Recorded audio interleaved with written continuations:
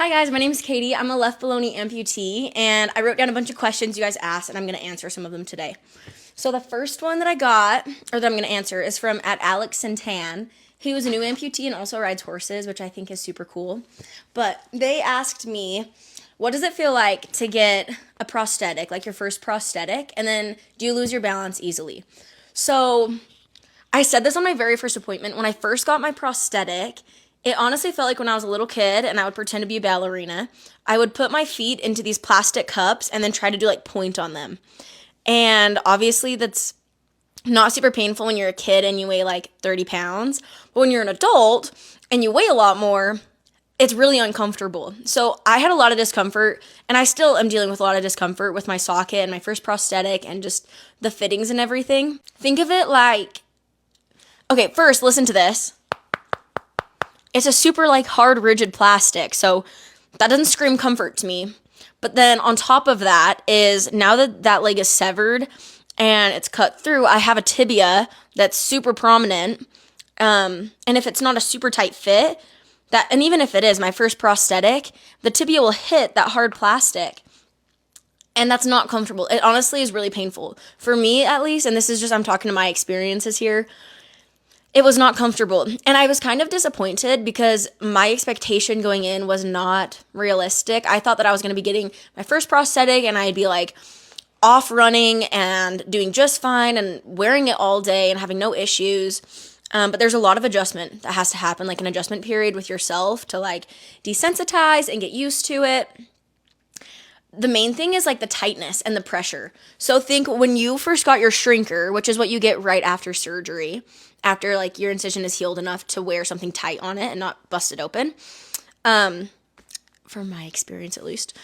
I then transitioned into getting my first liner and getting used to wearing that. And my liner compared to the shrinker was so painful. And the shrinker was like hard to get used to at first, but not as bad.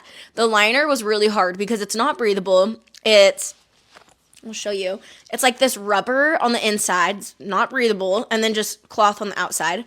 And it's super, super tight because it has to be tight to your residual limb so that it stays on and like your leg doesn't get sloshy or anything. So I had to get used to that. It was the exact same with the prosthetic leg because the prosthetic, again, it's even less breathable than your liner because it's rigid and you're trying to squeeze this like leg into the super small area and then bear weight on it. So there's a lot of pressure.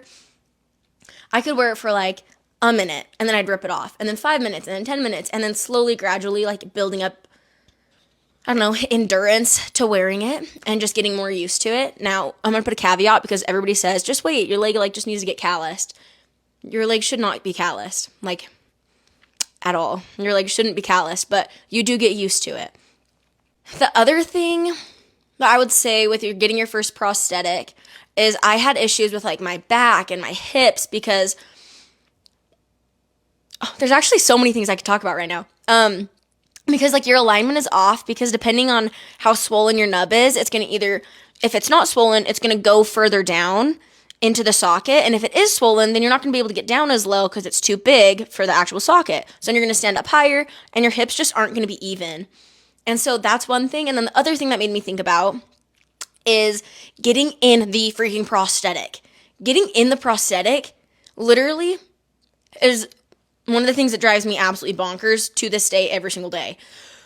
At the very start, when I first got my prosthetic leg, it honestly would take me maybe an hour or two to get into my leg because it was so swollen. I couldn't get it in. And there was nothing that I could do. Like, there are little tricks. You could spray lemon pledge on the inside, which is one of my favorites. I wear a 1-ply like half sock at the very bottom of my nub. I'll show you.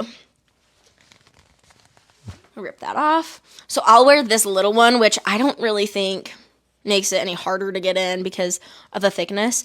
But it makes it so that it just like slides in easier. And there's little tips and tricks like that. But it's really easy to get frustrated because of how long it takes to get on your prosthetic leg. And those are things I would say. But it gets easier, like, it just kind of goes like this. Because it gets easier and then it gets harder. And it's just an ongoing process. So the second part of your question, though, do you lose your balance easily or could you? Yes, you could lose your balance easily. I will say, when I'm just walking, like, on very controlled environments, it's dry out there, there's not water that I could slip on, it's not a slippery surface, there's no ice, there's nobody around me that's gonna, like, push me or nudge me, then no, like, it's not like that. You might limp, like, I do and have limped a lot, so you're gonna look a little limpy maybe at first, but as far as, like, balance and getting knocked over, in that environment, no, it's not really a concern, at least it wasn't for me. What is, and is still currently an issue, is balance in a real life situation, right? So, like, if you go out and someone nudges you or bumps you on accident, yeah, I'm gonna fall. Like, it also depends on where I'm at in my footfall, because if I'm stepping and I've stepped on my prosthetic leg and then someone nudges me, absolutely I'm falling. If someone bumps me and I'm on my meat leg, less likely, because I have good balance on one leg just because I've done it for so long and on crutches and all of that, right? Like, you can feel it, you can adjust, move your ankle, and it's there. Prosthetic legs are super different though, because you can't feel what's going on, and honestly there's a point of no return because your ankle flexion and mobility is super limited and you can't control it. So if you get pushed and your ankle goes past that, like, I think it's 90 degrees, then I'm falling backwards. And it's the same issue I have when I'm trying to stand up, and I'm working on that currently because you have to compensate with, like, your hip to move forward and stuff like that. Then, like, yeah, you're gonna be a little bit uneven and, like, unbalanced. The other situation that still scares me, and I'm looking at it right now because it's terrifying, is the snow. Snow is really scary. Ice is really scary. Water is really scary. And those are things that are really scary to me still. Going out is scary if you're alone. Like, going out, I don't know, downtown, go party, go shop somewhere crazy on Black Friday, wherever there's a lot of people. If you're alone, then yeah, I would be nervous about getting bumped and falling over. But if I have a friend or someone, I'll just, like, reach for them, and then they know at this point that I'm gonna fall, and they'll help me so I don't fall. Hopefully that helps answer some of your questions. I, again, think it's so cool that you ride horses. I need to go sometime soon and see my horse. But I'm going to go answer some more questions. Thank you very much for watching. Sorry this was kind of long. I'll hopefully make the other ones a little bit shorter. But let me know down below if you have more questions or if this sparked anything that you're curious about. I'm happy to answer pretty much anything. So thank you. Bye.